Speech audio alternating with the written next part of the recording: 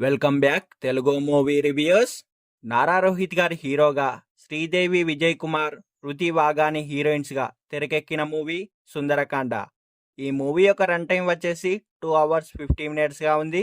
Movie ఎలా ఉంది అంటే బాగుంది. ఈ మూవీ వినాయక్ చవితి సందర్భంగా ఈరోజే రిలీజ్ కావడం జరిగింది థియేటర్లో. ఈ మూవీ యొక్క స్టోరీ విషయానికి వస్తే, సిద్ధార్థ్ అలియాస్ నారా రోహిత్ గారికి ఏజ్ పెరిగినా కానీ పెళ్ళి అనేది అవ్వదు. అయితే తనకు కావలసిన 5 క్వాలిటీస్ ఉన్న అమ్మాయిని పెళ్లి చేసుకుంటానని పట్టుబట్టి వచ్చిన సంబంధాలని చెడగొట్టుకుంటాడు మన హీరో నారా రోహిత్ గారు. తన చిన్నప్పటి నుంచి వైష్ణవి అలియా శ్రీదేవి గారిని ప్రేమిస్తూ ఉంటాడు. అయితే తననే తలుచుకుంటూ ఆమెలో ఉన్న క్వాలిటీస్ ఉన్న అమ్మాయిని వెతుక్కుంటూ ఉంటాడు. అయితే అనుకోకుండా ఎయిర్పోర్ట్ లో ఐరా అలియాస్ వృత్తి వాగాని గారు పరిచయం అవుతుంది. ఆమెలో 2 క్వాలిటీస్ ఉన్నాయని కనిపెట్టి 3 క్వాలిటీస్ ఉన్నాయా అని వెతుక్కుంటూ వైజాగ్ లో తిరుగుతుంటాడు సిద్ధార్థ్ అలియాస్ నారా రోహిత్ గారు. అయితే ఐరా తన ఫ్రెండ్ కాలేజ్ అయిన సత్య గారి కాలేజీలోనే చదువుతుంది. ఏజ్ ఎక్కువ ఉన్నా గానీ తాను అనుకున్న 5 క్వాలిటీస్ ఐరాలో ఉండడంతో ప్రపోజ్ చేస్తాడు. మొదట ఒప్పుకోకపోయినా సిద్ధార్థ్ తన జాబ్ వదిలేసి కాలేజీలో లెక్చరర్ గా చేరుతాడు. అయితే దీంతో వీరిద్దరి మధ్య ప్రేమ నడుస్తుండగా సడన్ గా వైష్ణవి ఎంటర్ అవుతుంది. మరి సిద్ధార్థ్ ఐరా పెళ్లి అవుతుందా? వైష్ణవి కథ ఏంటి? వైష్ణవి ఐరా మధ్య సంబంధం ఏంటి? ఐరా కోసం సిద్ధార్థ్ ఏం చేశాడు? సిద్ధార్థ్ అక్క అలియాస్ వాసుకి ఎలాంటి హెల్ప్ చేసింది అనేది తెలియాలంటే మనం మూవీ చూడాల్సిందే.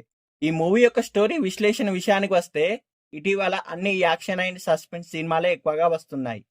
ఫీల్ గుడ్ సినిమాలు అనేటివి ఎక్కువగా, ఇలాంటి ప్రేమ కథలు సాగే సినిమాలు అనేటివి చాలా తక్కువగా వస్తున్నాయి. సుందరకాండ సినిమా కూడా అలాంటి ప్రేమ కథే. ఫస్ట్ హాఫ్ అంతా క్వాలిటీస్ పట్టుకొని హీరో అమ్మాయిల్ని వెతుక్కోవడం, వైష్ణవి ఫ్లాష్ బ్యాక్, ఐరాతో పరిచయం, ప్రేమతో సాగుతుంది. ఇంటర్వెల్కి అదిరిపోయే ట్విస్ట్ ఇచ్చి నెక్స్ట్ ఏం జరుగుతుందా అనే సస్పెన్స్ అనేది, క్యూరియాసిటీ అనేది క్రియేట్ చేశారు. ఇక సెకండ్ హాఫ్ అంతా సిద్ధార్థ్ అండ్ ఐరా పెళ్లి జరుగుతుందా లేదా, మధ్యలో వైష్ణవి ఏం చేస్తుంది అని ప్రతి సీన్ ఇంట్రెస్టింగ్ గానే సాగుతుంది.